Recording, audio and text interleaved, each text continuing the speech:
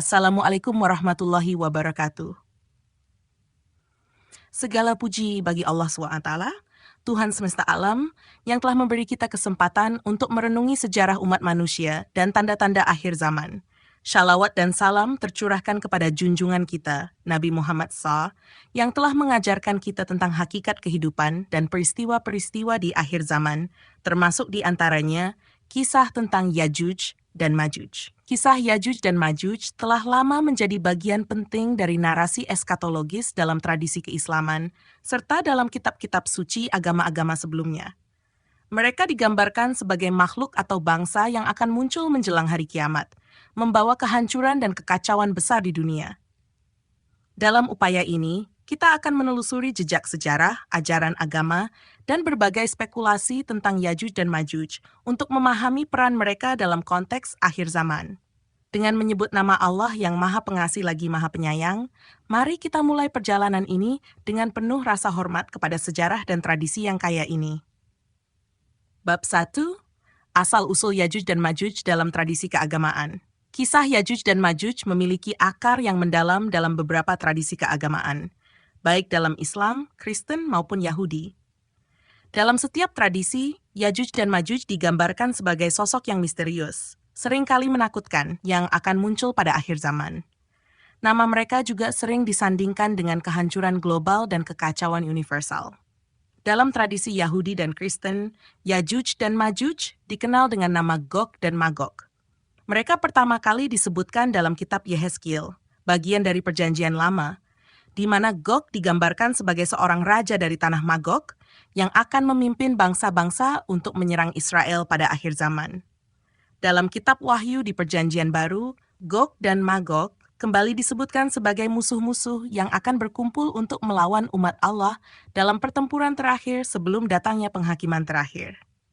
Sementara itu, dalam tradisi Islam, Yajuj dan Majuj lebih sering disebut dalam konteks akhir zaman yang dijelaskan dalam Al-Quran dan hadis-hadis Nabi Muhammad SAW. Al-Quran menyebut mereka secara khusus dalam dua surah, yaitu surah Al-Kahf dan surah Al-Anbiya. Dalam surah Al-Kahf, Yajuj dan Majuj diceritakan sebagai bangsa yang terperangkap di balik penghalang besar yang dibangun oleh Dzulkarnain, seorang raja yang adil dan kuat yang disebut dalam Al-Quran. Penghalang tersebut dibuat untuk menahan Yajuj dan Majuj, yang digambarkan sebagai ancaman besar bagi manusia.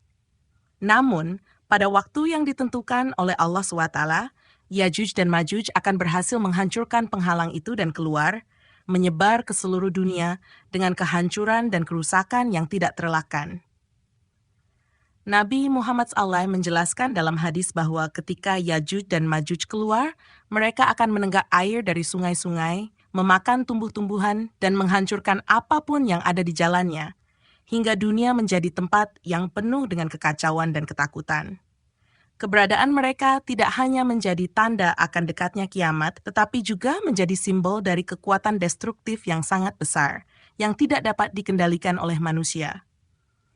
Dalam pandangan Islam, keluarnya Yajuj dan Majuj menandakan runtuhnya tatanan dunia dan akan menjadi peringatan bagi manusia akan datangnya hari pembalasan. Kisah tentang Yajuj dan Majuj dalam Islam juga seringkali dihubungkan dengan Dzulkarnain, sosok misterius yang diidentifikasi sebagai penguasa bijaksana yang diberi kekuatan oleh Allah SWT untuk menaklukkan negeri-negeri jauh. Dzulkarnain melakukan perjalanan ke timur dan barat, hingga ia tiba di suatu tempat di mana ia menemukan bangsa yang terancam oleh Yajuj dan Majuj. Dengan perintah Allah, Dzulkarnain membangun penghalang yang kuat untuk menahan mereka, menggunakan besi dan tembaga yang dicairkan. Penghalang ini dirancang untuk menjaga umat manusia dari kekejaman mereka, hingga akhirnya pada suatu masa penghalang itu akan runtuh, dan Yajuj serta Majuj akan bebas. Selain itu, beberapa ulama klasik dan penafsir Al-Quran telah berusaha mengidentifikasi Yajuj dan Majuj dengan bangsa-bangsa atau suku-suku yang ada dalam sejarah. Ada yang mengaitkannya dengan bangsa-bangsa nomaden dari Asia Tengah, seperti Mongol atau Hun, yang pada zamannya dikenal sebagai perusak besar peradaban. Meski demikian, identifikasi ini lebih bersifat spekulatif, dan Yajuj serta Majuj tetap menjadi simbol universal dari kekuatan destruktif di akhir zaman. Dalam konteks tradisi Yahudi, Gog dan Magog juga dipahami sebagai entitas yang akan muncul pada akhir zaman. Dalam literatur rabbinik, mereka seringkali dikaitkan dengan kerajaan-kerajaan besar yang akan berperang melawan Israel dan akhirnya akan dikalahkan oleh Mesias yang dijanjikan. Seperti dalam tradisi Islam, Gog dan Magog juga digambarkan sebagai ancaman yang besar dan tak terkendali, yang akan muncul sebagai tanda dari kehancuran dunia sebelum datangnya era baru. Dengan pemahaman ini, kita dapat melihat bahwa Yajuj dan Majuj memiliki posisi yang sangat penting dalam narasi akhir zaman di berbagai tradisi agama. Meskipun detail kisah mereka mungkin berbeda-beda, esensi dari cerita ini tetap sama. Mereka adalah simbol dari kekacauan dan kehancuran yang tak terhindarkan, yang akan menandai runtuhnya dunia sebagaimana kita mengenalnya. Kisah Yajuj dan Majuj menjadi peringatan bagi manusia untuk selalu waspada dan memperbaiki diri, serta mengingat bahwa dunia ini bersifat sementara. Bagaimanapun juga, kemunculan mereka adalah bagian dari rencana ilahi yang telah ditetapkan, dan hanya Allah SWT yang mengetahui kapan itu akan terjadi. Setelah memahami akar sejarah Yajuj dan Majuj dari berbagai tradisi keagamaan, kini saatnya kita lebih mendalami penuturan Al-Quran dan hadis tentang mereka. Dalam Islam, kisah Yajuj dan Majuj bukan sekadar cerita, tetapi merupakan bagian dari tanda-tanda besar yang akan mendahului datangnya hari kiamat.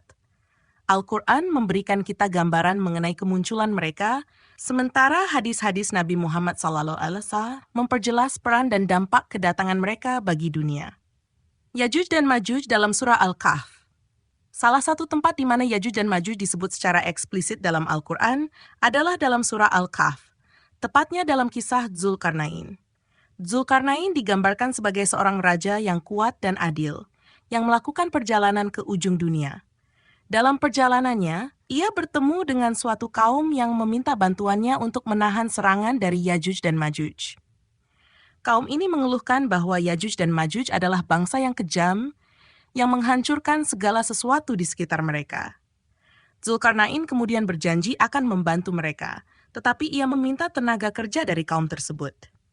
Dengan hikmah dari Allah SWT, Dzulkarnain membangun sebuah penghalang yang terbuat dari besi dan tembaga cair, sebuah konstruksi yang sangat kokoh dan tidak bisa ditembus oleh Yajuj dan Majuj. Setelah penghalang itu selesai dibangun, Dzulkarnain berkata, "Inilah rahmat dari Tuhanku, maka apabila sudah datang janji Tuhanku, dia akan menjadikannya hancur luluh. Dan janji Tuhanku itu adalah benar." Dalam ayat ini, jelas disebutkan bahwa penghalang tersebut hanya bersifat sementara, dan pada suatu hari, Allah SWT akan menghancurkannya, memungkinkan Yajuj dan Majuj untuk keluar dan mengganggu dunia sekali lagi. Keluarnya mereka ini merupakan salah satu tanda besar datangnya kiamat, sebagaimana dijelaskan dalam hadis-hadis Nabi. Yajuj dan Majuj dalam surah Al-Anbiya. Selain surah Al-Kahf, Yajuj dan Majuj juga disebutkan dalam surah Al-Anbiya. Dalam ayat ini, Allah SWT menjelaskan tentang salah satu tanda-tanda besar akhir zaman, hingga apabila dibukakan tembok, Yajuj dan Majuj, dan mereka turun dengan cepat dari seluruh tempat yang tinggi. Ayat ini menggambarkan situasi di mana Yajuj dan Majuj akan muncul dengan kekuatan besar dan menyebar dengan cepat, turun dari tempat yang tinggi ke seluruh penjuru dunia. Kehadiran mereka akan membawa kehancuran yang luas dan cepat, menandakan runtuhnya tatanan dunia yang selama ini dikenal. Hadis-hadis tentang Yajuj dan Majuj. Nabi Muhammad SAW juga menyebutkan Yajuj dan Majuj dalam berbagai hadis yang memberikan detail lebih lanjut tentang kemunculan mereka. Salah satu hadis terkenal yang diriwayatkan oleh Zainab binti Jahsy, istri Nabi, menjelaskan bahwa Nabi Muhammad SAW pernah bangun dalam keadaan cemas setelah bermimpi tentang tanda-tanda akhir zaman. Beliau bersabda, "Celakalah bangsa Arab dari kejahatan yang telah dekat. Hari ini telah dibuka dinding penghalang Yajuj dan Majuj sebesar ini." Beliau membuat lingkaran kecil dengan jari dan muslim. Hadis ini menunjukkan bahwa bahkan pada masa Nabi Muhammad SAW, tanda-tanda keluarnya Yajuj dan Majuj sudah mulai tampak. Dinding penghalang mereka yang dibangun oleh Dzulkarnain perlahan-lahan mulai melemah, dan pada waktu yang ditetapkan oleh Allah, penghalang itu akan runtuh sepenuhnya. Dalam hadis lain yang diriwayatkan oleh An-Nawas bin Sam'an, Nabi Muhammad SAW menjelaskan tentang kejadian-kejadian setelah turunnya Nabi Isa AS di akhir zaman. Nabi Isa akan membunuh Dajjal, dan kemudian Allah akan memberi wahyu kepada beliau bahwa Yajuj dan Majuj telah keluar, dan mereka tidak ada seorang pun yang mampu melawan mereka. Nabi Isa dan para pengikutnya akan diperintahkan untuk berlindung di gunung-gunung, karena kerusakan yang ditimbulkan oleh Yajuj dan Majuj sangat besar. Yajuj dan Majuj akan turun dari setiap tempat tinggi menghisap air dari sungai-sungai dan meluluh lantakkan dunia. Akhirnya, setelah permohonan Nabi Isa AS, Allah SWT akan menghancurkan Yajuj dan Majuj dengan cara yang tidak disangka-sangka. Mereka akan mati akibat serangan serangga kecil yang menyerang leher mereka. Setelah kehancuran Yajuj dan Majuj, dunia akan kembali damai untuk sementara waktu, sebelum akhirnya kiamat benar-benar tiba. Tanda besar menjelang kiamat. Keluarnya Yajuj dan Majuj merupakan salah satu dari tanda-tanda besar menjelang hari kiamat. Bersama dengan munculnya Dajjal, turunnya Nabi Isa AS, dan terbitnya matahari dari barat, kemunculan mereka adalah peringatan nyata bahwa dunia sedang menuju akhirnya. Mereka adalah manifestasi dari kekacauan dan kehancuran yang akan menimpa seluruh bumi, dan tidak ada kekuatan manusia yang dapat menghentikan mereka. Yajuj dan Majuj mengajarkan kita bahwa kiamat adalah kepastian dan bahwa tanda-tandanya sudah disampaikan oleh Allah melalui Al-Quran dan Nabi-Nya.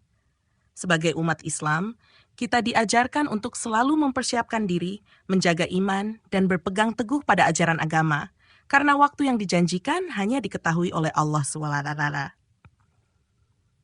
Setelah menelusuri kisah Yajuj dan Majuj dalam Al-Quran dan hadis, serta memahami peran mereka sebagai tanda besar menjelang akhir zaman, pertanyaan tentang siapa atau apa sebenarnya Yajuj dan Majuj terus menjadi bahan perdebatan di kalangan ulama dan sejarawan. Sebagian besar dari kita mungkin penasaran dengan identitas bangsa ini. Apakah mereka makhluk yang benar-benar nyata, bangsa misterius yang tersembunyi, atau mungkin simbol dari kekuatan-kekuatan lain yang lebih luas dalam sejarah manusia? Berbagai teori telah muncul sepanjang zaman, baik dari perspektif agama, sejarah, hingga sains modern. Mari kita telusuri spekulasi dan penafsiran yang berkembang seputar identitas Yajuj dan Majuj. Penafsiran klasik, suku bangsa yang terisolasi. Para ulama klasik telah lama mencoba mengidentifikasi Yajuj dan Majuj dengan berbagai bangsa atau suku yang dikenal dalam sejarah. Salah satu teori paling umum adalah bahwa Yajuj dan Majuj merupakan bangsa-bangsa nomaden dari wilayah Asia Tengah, yang pada zamannya dikenal sebagai perusak peradaban. Suku bangsa Hun dan Mongol seringkali disebut sebagai kemungkinan identitas Yajuj dan Majuj. Bangsa-bangsa ini dikenal karena serangan brutal mereka terhadap peradaban di Eropa dan Asia. Di bawah kepemimpinan tokoh-tokoh seperti Attila dari bangsa Hun dan Genghis Khan dari bangsa Mongol, mereka menaklukkan dan menghancurkan kota-kota besar, menyebabkan ketakutan dan kekacauan di seluruh wilayah yang mereka jajah.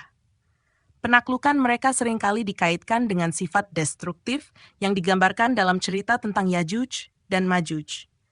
Para sejarawan Muslim klasik seperti Ibnu Katsir dalam tafsirnya juga mencatat bahwa banyak ulama percaya Yajuj dan Majuj berasal dari wilayah di utara Kaukasus, di sekitar pegunungan yang memisahkan Eropa dari Asia. Wilayah ini dikenal sebagai tempat asal berbagai suku nomaden yang menyerbu peradaban besar, baik di dunia Islam maupun Barat. Ini sesuai dengan narasi bahwa Dzulkarnain membangun dinding besar di antara dua gunung untuk menahan bangsa Yajuj dan Majuj, yang mungkin mengacu pada pegunungan Kaukasus atau wilayah di sekitarnya. Spekulasi modern, kekuatan global atau simbol metaforis. Seiring berkembangnya zaman, beberapa ulama dan peneliti modern mencoba memahami Yajuj dan Majuj dengan pendekatan yang lebih metaforis. Dalam pandangan ini, Yajuj dan Majuj bukan lagi dianggap sebagai bangsa atau kelompok etnis yang spesifik, melainkan sebagai simbol dari kekuatan global yang membawa kehancuran dan kekacauan. Beberapa penafsir kontemporer menganggap bahwa Yajuj dan Majuj bisa melambangkan negara-negara adidaya atau koalisi internasional yang pada masa depan akan menyebabkan konflik besar di dunia. Kekuatan-kekuatan tersebut mungkin akan menyulut peperangan atau krisis global yang menghancurkan tatanan dunia, sesuai dengan sifat destruktif yang dihubungkan dengan Yajuj dan Majuj dalam teks-teks agama. Dalam perspektif ini, kemunculan mereka bukan lagi dilihat secara harfiah, tetapi lebih kepada bentuk perusakan sistemik yang mendunia, seperti perang nuklir, krisis ekonomi global, atau bencana lingkungan. Ada pula yang berpendapat bahwa Yajuj dan Majuj mungkin melambangkan teknologi atau inovasi yang lepas kendali. Dengan berkembangnya teknologi yang sangat cepat, beberapa orang mengaitkan Yajuj dan Majuj dengan ancaman dari kecerdasan buatan, senjata pemusnah massal, atau bahkan krisis perubahan iklim yang mungkin mengakibatkan kehancuran besar bagi umat manusia. Spekulasi ini menggarisbawahi bahwa kekuatan-kekuatan modern yang tidak terkendali bisa menjadi penyebab datangnya kiamat kecil sebelum kiamat yang sesungguhnya. Upaya pencarian fisik, di mana Yajuj dan Majuj bersembunyi? Sepanjang sejarah, banyak ekspedisi dan penelitian dilakukan untuk mencari tahu apakah dinding penghalang Yajuj dan Majuj yang dibangun oleh Zulkarnain benar-benar ada.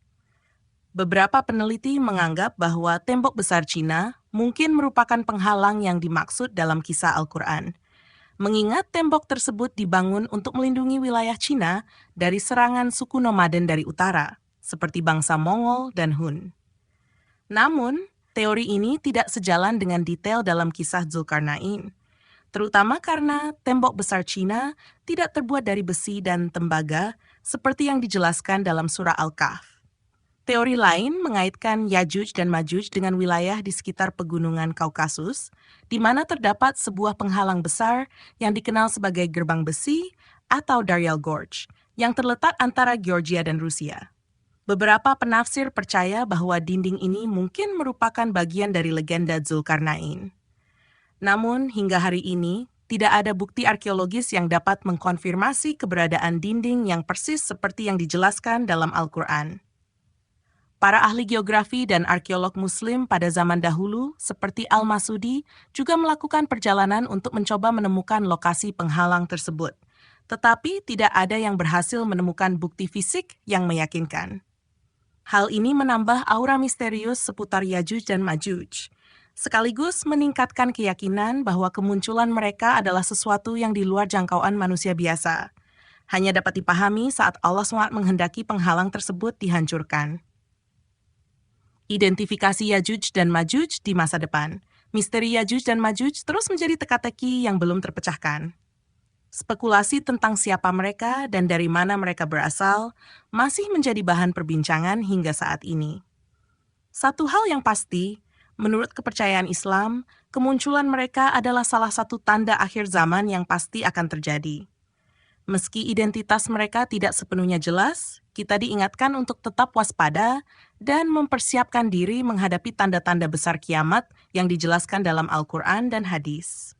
Kemunculan Yajuj dan Majuj bukan hanya tentang kehancuran fisik, tetapi juga merupakan ujian iman bagi umat manusia. Sebagaimana Nabi Muhammad SAW telah memperingatkan kita tentang berbagai tanda-tanda kiamat, penting bagi kita untuk terus memperbaiki diri dan memperkuat keimanan dalam menghadapi segala fitnah akhir zaman.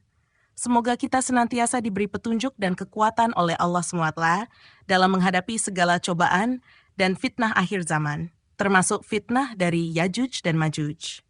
Wassalamualaikum warahmatullahi wabarakatuh.